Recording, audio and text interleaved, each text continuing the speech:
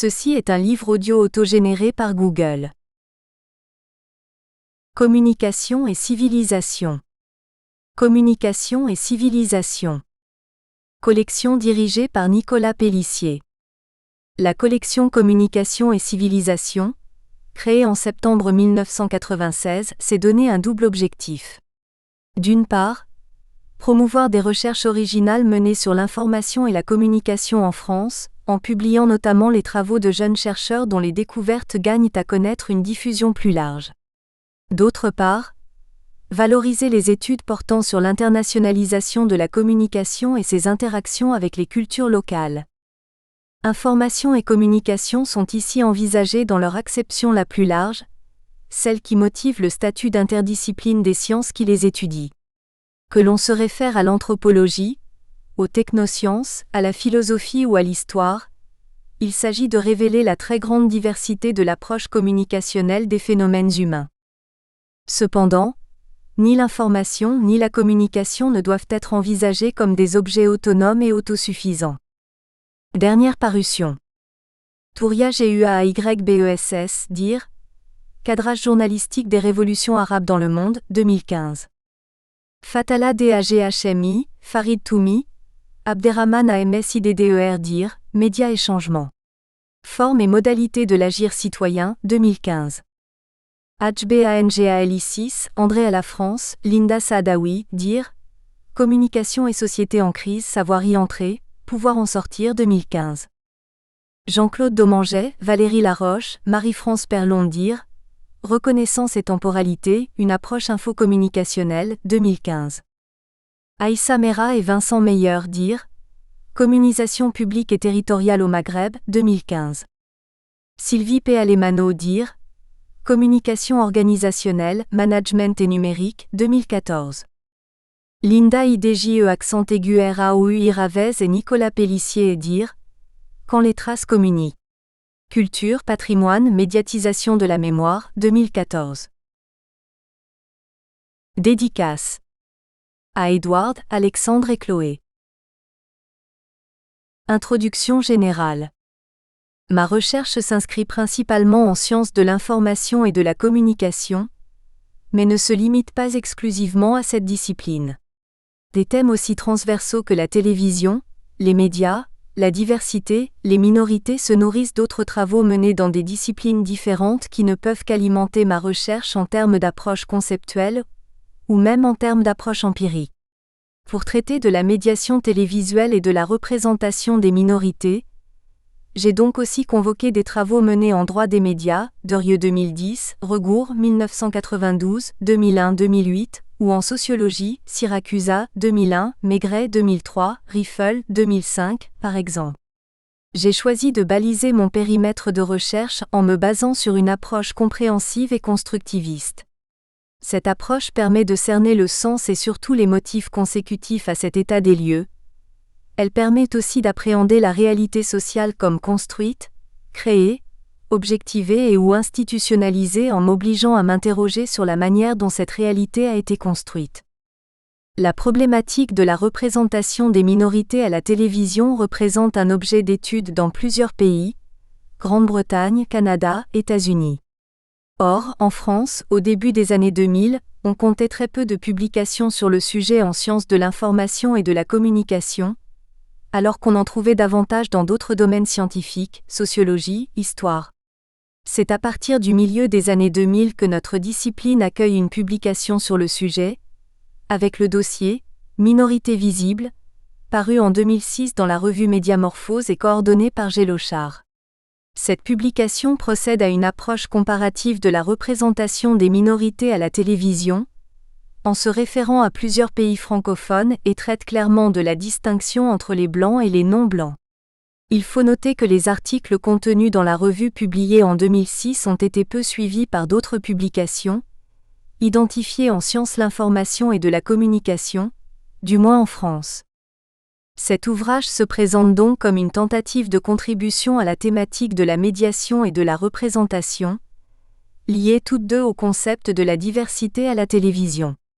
Je souhaite qu'il contribue aux recherches menées sur le sujet, à une période où la télévision connaît de nombreux changements d'ordre structurel, convergence technologique, politique et économique, réforme de la loi sur l'audiovisuel public pour France Télévisions et qualitatif.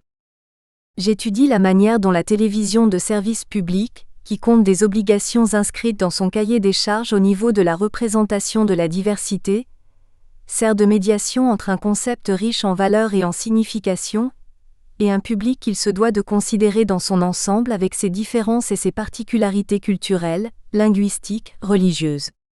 3 principales parties mon travail. La première partie présente une approche méthodologique et conceptuelle de 2 termes clés de ma recherche, la télévision et la médiation.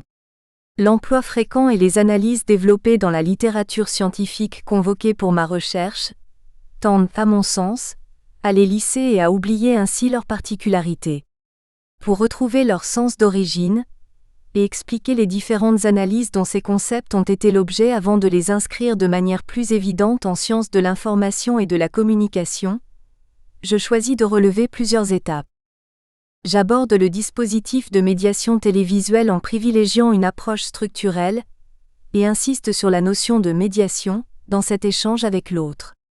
La télévision considérée comme un dispositif de médiation se pose comme une formulation généralement admise, mais en même temps tellement galvaudée qu'elle souffre d'une polysémie aplanissant au final ses caractéristiques et sa singularité. Partir de l'hypothèse que la télévision représente un support de médiation demande d'abord à justifier ce choix pour relever ensuite en quoi cette médiation télévisuelle présente un lien avec la représentation de la diversité. Je propose ainsi un relevé sommaire mais significatif de la production scientifique consacrée au concept de médiation en sciences de l'information et de la communication. Lamizet, Silem, 1997, Peraya, 1999, Noyer, 2009, Liquette, 2010, en insistant sur la difficulté épistémologique du concept en raison de sa polysémie.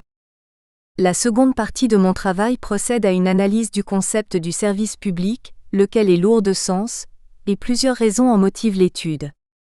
Au vu de l'histoire qui a fondé le système du service public en France, des valeurs sur lesquelles il repose, des intérêts communs qu'il est censé défendre, le concept de service public oscille entre les caractéristiques du mythe et celles du droit, et se trouve même saturé de significations multiples, Chevalier 2006/4, à l'instar de celui de la médiation.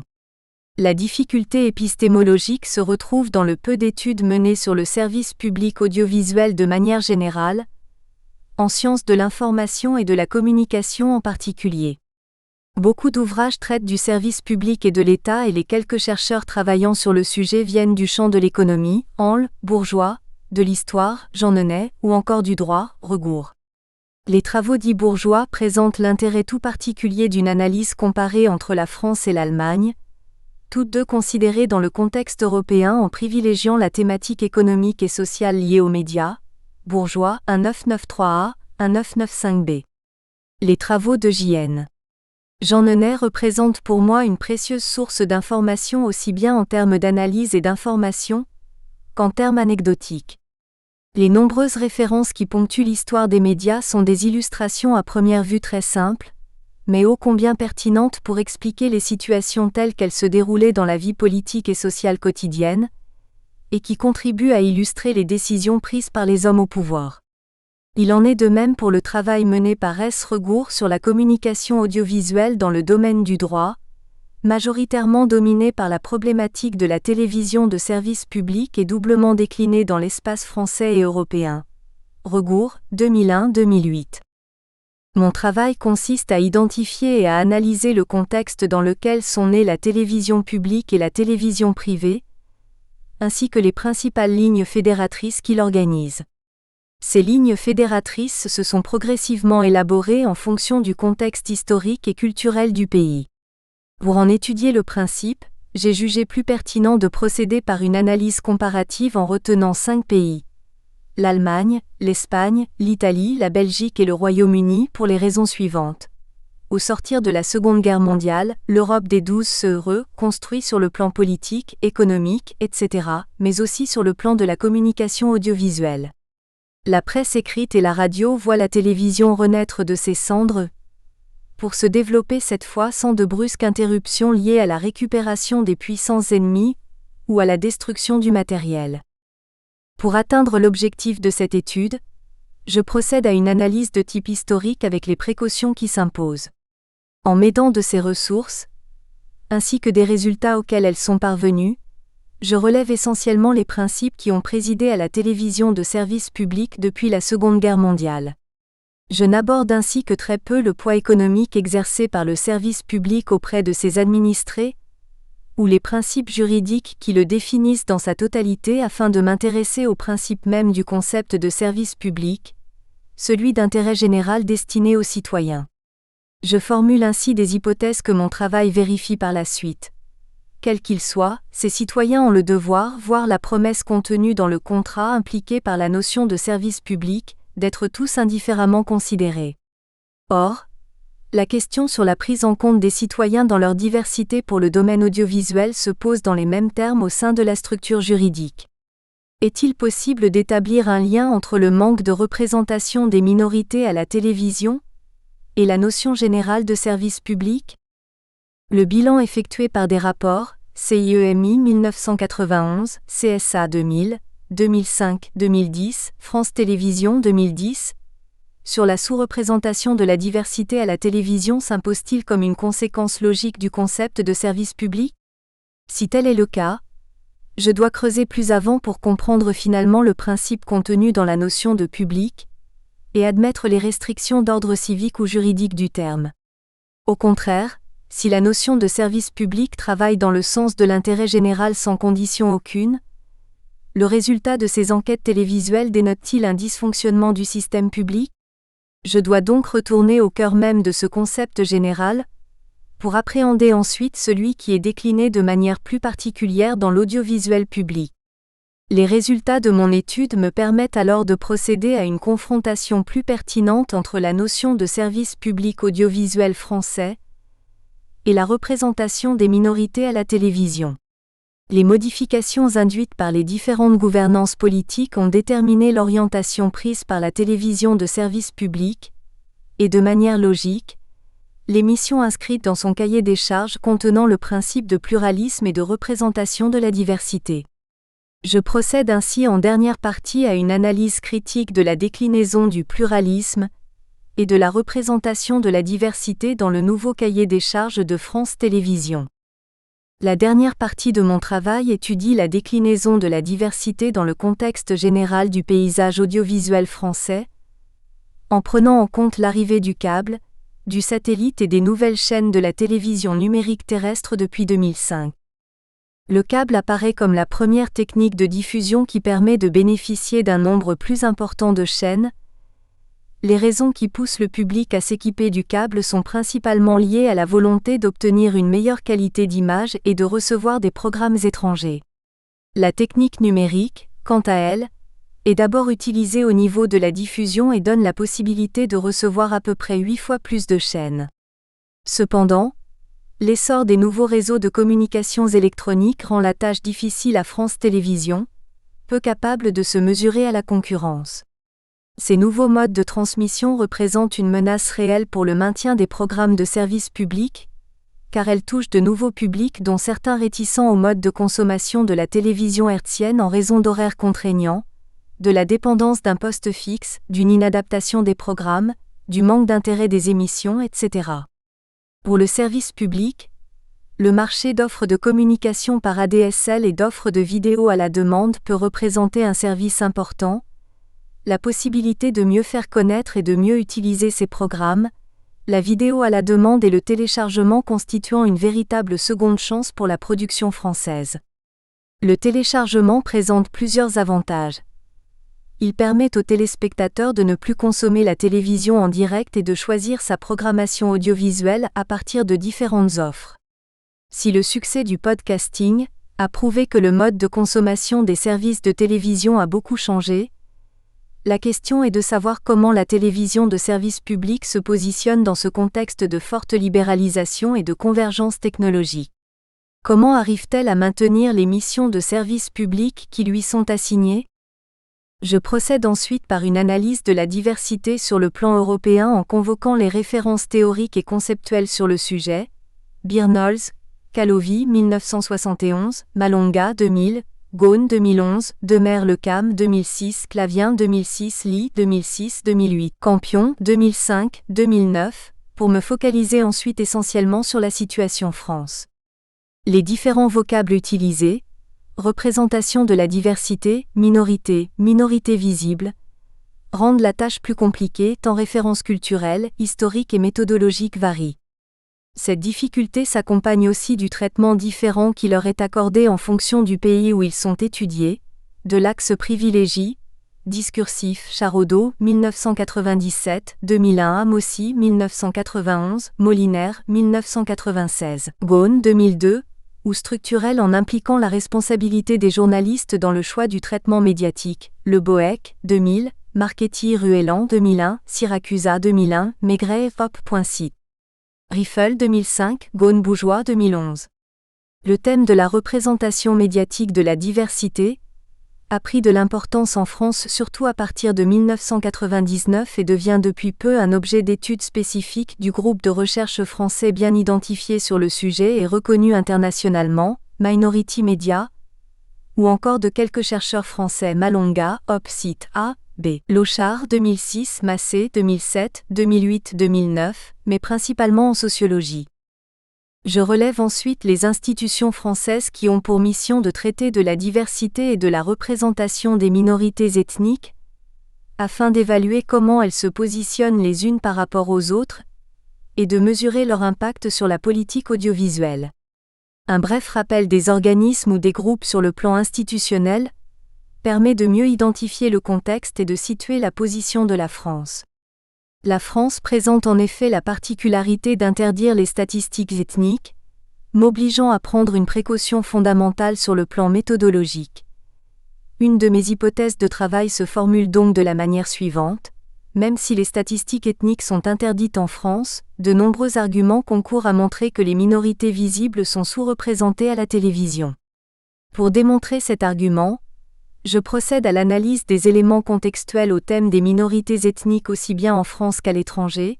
Ross, 1998, Ralu, Pichet, Simon, 2004, contribuant à attester de manière effective la sous-représentation des minorités sur le petit écran.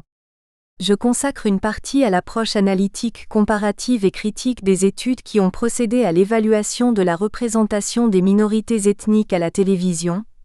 CIEMI 1991, Malonga 2000A, HCI 2005, Massé 2008, CSA 2005-2010, Campion 2005A 2009B, Club Averroès 2009, Comité permanent de la diversité 2010. Elle consiste à analyser les différents rapports et les études menées pour évaluer la représentation de la diversité à la télévision, dans le but de relever leurs points communs, mais surtout leurs différences en termes de méthodologie et de résultats. Les conclusions de ces analyses permettent d'établir le lien avec la représentation de la diversité à la télévision. La télévision en tant que dispositif de médiation, Liquette, Op.site. Peraya, Op.site. Donne à voir une partie du monde et procède à sa représentation selon des règles propres à la communication télévisuelle, Lochard, Soulage, Op.site. Jost, Op.site. Or, dans quelle mesure la reconfiguration partielle du service public audiovisuel a pu toucher la politique de programmation et les missions qui incombent aux chaînes de télévision publiques sur le thème de la représentation de la diversité? 1. Fondement THEORIQUES et publications sur le sujet, en sciences de l'information et de la communication. 1. La médiation, polysémie du concept et difficultés épistémologiques. Le concept de médiation se heurte à des écueils qui rendent difficile la démarche heuristique consistant à faire des découvertes, au sens du grec ancien, et soulève les mêmes difficultés que celles rencontrées pour étudier le concept de média, ou encore celui de dispositif, terme à l'usage également polysémique. La télévision, Internet, les bornes interactives dans les musées, la médiation judiciaire sont considérés comme des dispositifs de médiation et s'imposent comme une formulation généralement admise dans différents domaines. Race, 2000, Fleury, 2008, Tricois, 2008, Jacob et Le Bihan-Youinou, 2008. Cette expression est tellement galvaudée qu'elle souffre d'une polysémie aplanissant au final ses caractéristiques, et de l'éclatement radical de sa conceptualisation, Noyer 2009/27. L'aplanissement du sens donné au concept de médiation pose un problème épistémologique dans le domaine de la recherche qui demande alors à questionner son origine sémantique ainsi que ses particularités conceptuelles.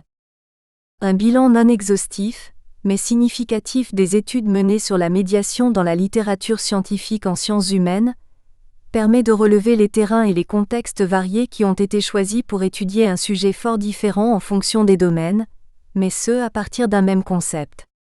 J'aborde ainsi le dispositif de médiation en privilégiant une approche épistémologique, pour étudier le concept de médiation dans plusieurs champs disciplinaires de sciences humaines, et le confronter ensuite à une approche communicationnelle. L'originalité de cette contribution réside dans le travail mené jusqu'aux sources du concept, et dans la volonté de réunir les recherches conduites sur son origine et sur son expansion.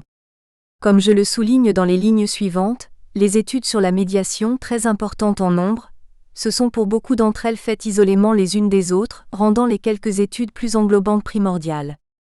Il existe une production scientifique importante sur le concept de médiation, toutes disciplines confondues: sociologie Bigot 2006, Faget 2010, psychologie Tapia 2010, droit Chevalier et al. 2003, sciences de l'éducation, Grémaud 2007, Fablet 2010, sciences de l', information et de la communication, Peraya 1999, Fabre et Gardiès 2010, etc., qui procèdent à une étude approfondie dans le cadre de leur propre discipline. En sciences de l'information et de la communication, Véliquette le souligne. Le concept de médiation est courtisé dans de nombreux domaines professionnels ou disciplines scientifiques. On en trouve trace dans des disciplines aussi variées que la sociologie, les sciences politiques, l'histoire de l'art, les sciences juridiques, etc. Liquette 2010/9. J. Noyer, quant à lui, met davantage l'accent sur la perte de sens. La notion de médiation s'est tellement diluée dans le langage courant qu'elle en perd sa spécificité. La notion de médiation comme notion clé, permettant d'identifier de nombreuses pratiques de construction ou de reconstruction d'un lien, fait désormais partie du langage courant, à tel point qu'elle recouvre désormais sur un grand nombre de terrains, des pratiques d'une diversité extrême qui risquent à terme d'aboutir à une sorte de dilution sociale de la notion et à un éclatement radical de sa conceptualisation. Noyer, Opsite, 27. Assez peu d'ouvrages traitent cependant de l'origine du concept et de son évolution sémantique, soit en procédant à son analyse étymologique, soit en étudiant ses évolutions sémantiques à travers l'histoire de plusieurs disciplines de sciences humaines et sociales. Le travail mené par Accardinet et J. Noyer représente un point d'ancrage principal pour ma recherche car il remonte aux origines du concept et en étudie les liens, les transferts opérés entre différents champs d'application, chacun à sa manière. Cardinet, 1998, Noyer, Opsite. Il nous permet de procéder à une étude complémentaire avec le travail mené en sciences de l'information, communication. L'Église garde une forte prédominance sur l'emploi du terme médiation, et sur son usage, avec notamment les prêtres considérés comme la principale médiation entre les paroissiens et Dieu. Il faut remonter au XIIIe siècle pour voir apparaître le terme médiation, dans la langue française au sens d'acte diplomatique où le médiateur est considéré comme celui qui sert d'intermédiaire pour créer in fine un accord, Liquette, Opsite. Le terme se trouve aussi dans plusieurs ouvrages, comme le Dictionnaire général et curieux de Maître César de Rochefort de 1684, l'édition de 1690 pour le Dictionnaire universel de Furetière, ainsi que l'Encyclopédie française datée de 1694. Accardinet s'est intéressé à son origine en constatant la présence et l'emploi du terme médiation, dans des champs aussi divers que le domaine juridique, politique, social ou encore éducatif. Elle pose la question du champ sémantique dans lequel il apparaît d'abord, d'une part, de son évolution, de ses usages et des nouvelles significations qu'il revêt aujourd'hui, d'autre part. Une approche étymologique du concept de médiation permet d'appréhender les différents sens dont le terme s'est doté au fil de l'histoire. Jusqu'au XIXe siècle, il prend majoritairement le sens de l'intervention du Christ entre Dieu et les hommes et son emploi reste encore rattaché au champ de la théologie chrétienne où subsiste fortement le rôle de la médiation divine. 6, 1990, Cardinet, Opsite. En philosophie ou encore en psychologie, il désigne l'acte de servir d'intermédiaire entre différents partis. Si l'auteur en conclut à une acception plutôt classique, elle relève néanmoins une classification plus rigoureuse du concept dans les différentes disciplines. En droit, le concept s'assimile à la notion d'entremetteur de paix, avant d'être remplacé par les termes de négociation ou encore d'arbitrage, ibidem. 40. La figure de médiation, au sens d'une intervention humaine entre différents parties en conflit, apparaît au début du XVIIIe siècle et se pose comme un recours obligatoire pour conserver un lien entre les parties ou les personnes en désaccord.